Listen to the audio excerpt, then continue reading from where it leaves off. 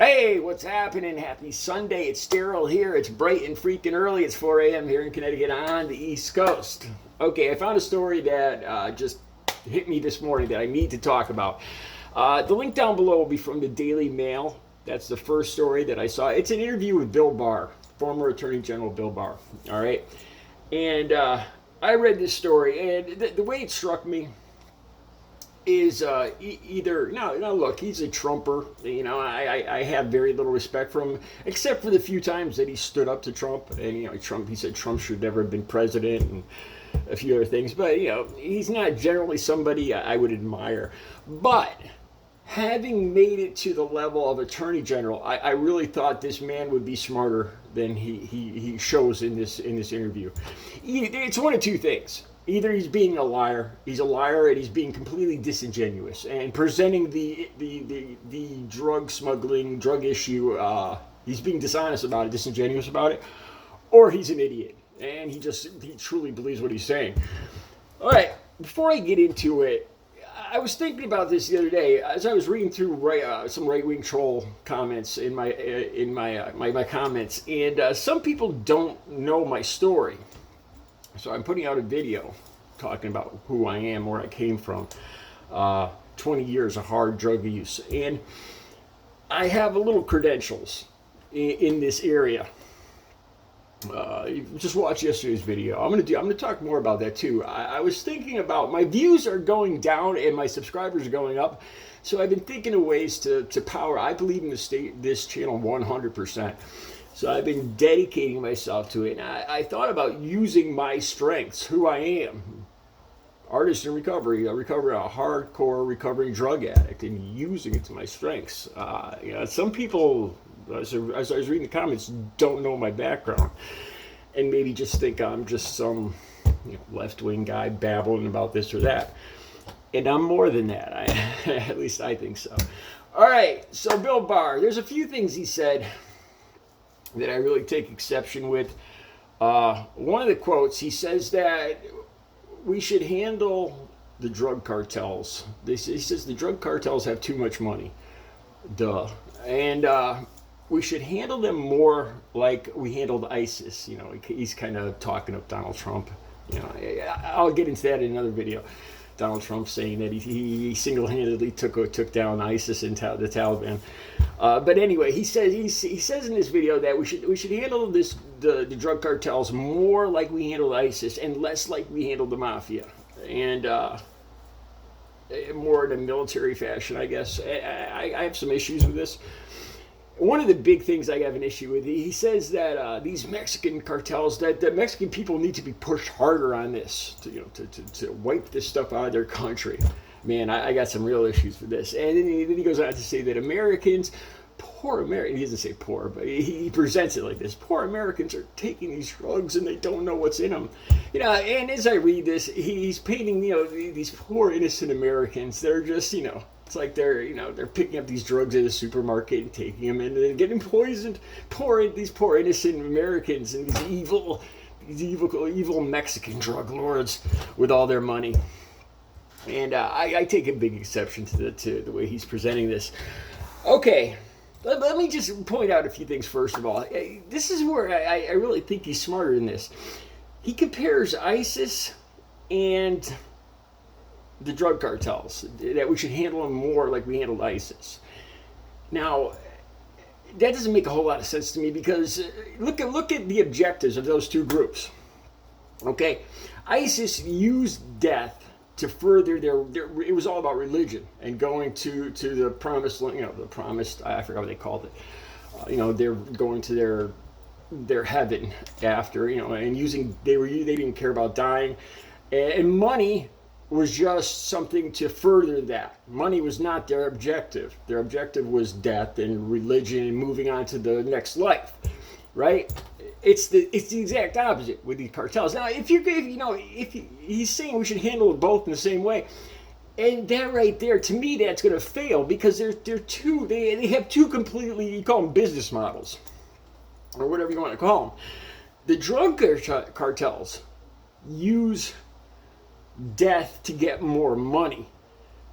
The ISIS uses money to get more death. Yeah, that sums it up right there. They have two completely different operating modus operandi, two completely objectives, and that's the first thing that pops up in my head when he says that we should handle them unlike we handled the mafia. Now, handle them like we handled the mafia would make more sense. I could kind of get. He's saying that they have so much money that they could bribe, anybody and get away with, so that's not working. So basically, we should just fly in and bomb them and exterminate them, and then that'll end our problem. Yeah. Now I'll move on to this part of the thing here. Okay. Where's the money coming from? I'm going to go into this again. The money is coming from the United States. When he portrays America, he's doing Americans and he's doing addicts and our whole country a disservice when he portrays Americans like this. That we're the poor victims of this. If there wasn't a demand, there would not be a supply. And then he goes on to talk about, he talks about fentanyl. And Americans don't even know what's in these drugs. Now, right there, he's being disingenuous. I wasn't a trafficker, but I know the basics here. These cartels are moving wholesale large amounts. They're not carrying it through the desert over fences and backpacks. It's coming through planes, trucks, cars, vehicles like that. The more people they take away, I was reading how during Trump's presidency, they took away a lot of the border patrol from the planes, the sea, the air, to use right on the fences, to build the fences. And that right there is letting more drugs in. All right? And they're bringing this stuff in wholesale. He talks about fentanyl. Now, fentanyl comes from China. It is manufactured in Chinese clandestine labs. That's where it is made. You got to, either he's very ignorant of this whole thing or he's just lying. Now, he says Americans are being poisoned. They don't even know what's in their drugs. Okay? These drugs are coming, I'm sure of this, these drugs are coming to the country in pure batches. Fentanyl, heroin, cocaine. They're not being pre-mixed in another country. Like you hear about fake Percocet pills being made out of fentanyl. That's not being done in Mexico. That's being done right here. When you're at that scale of drug trafficking, there's no money to be made in that smaller retail kind of environment. They're bringing in wholesale, the mixing, the manufacturing of these pseudo pills and all that stuff. That's being done right here. A pill press in somebody's living room somewhere, making batches of 500 pills. And this fentanyl is coming from China. And he's being totally disingenuous in the way he's portraying this whole thing. All right. Like I said, until you deal with the demand, there's always going to be a supply. There is always going to be a supply. The best way to get rid of the cartels or slow them down and stop their money is for treatment right here in the United States. You get people into treatment, more beds, more treatment, and most of all, when I was trying to get treatment, if you didn't have insurance, you were out. You were screwed. You couldn't get a bed.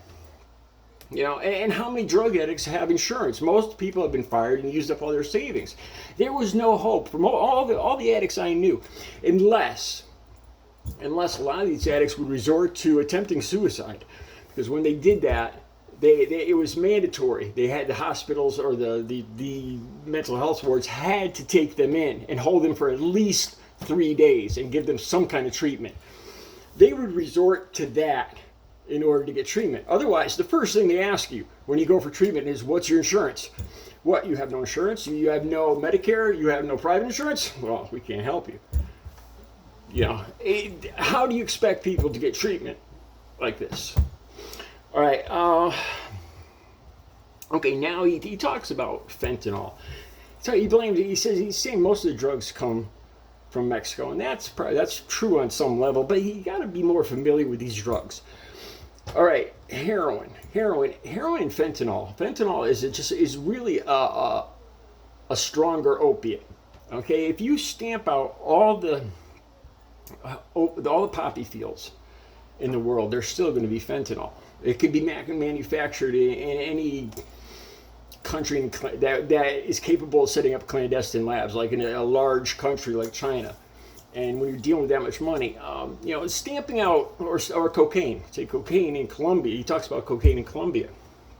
Now, methamphetamine is very closely, it's a stronger form of cocaine, synthetic really.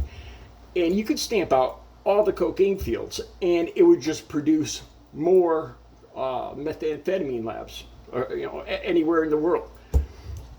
The key to this is treatment. And then if you somehow manage to stamp out all this stuff, people would start huffing the keyboard cleaner or paint or glue.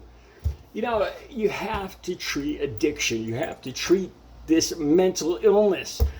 Where there's a demand, there will be a supply. People will get what they need until you could cut back the demand. Americans are not innocent of this. And I'm not. I love this country. And if you love the country, you realize it's false, and you try to make it better. By blaming other countries, by blaming other people, just because they're different, they look different, or they have a different God or whatever, and make them the bad guy, you're just letting the cancer grow in your own country. All right, you guys, I'll talk more about this. I have a lot to say. I'm going to talk more. I'm going to use my strength as a recovering addict to talk about this subject and other subjects linked to it more in coming videos. You guys have yourself a great Sunday.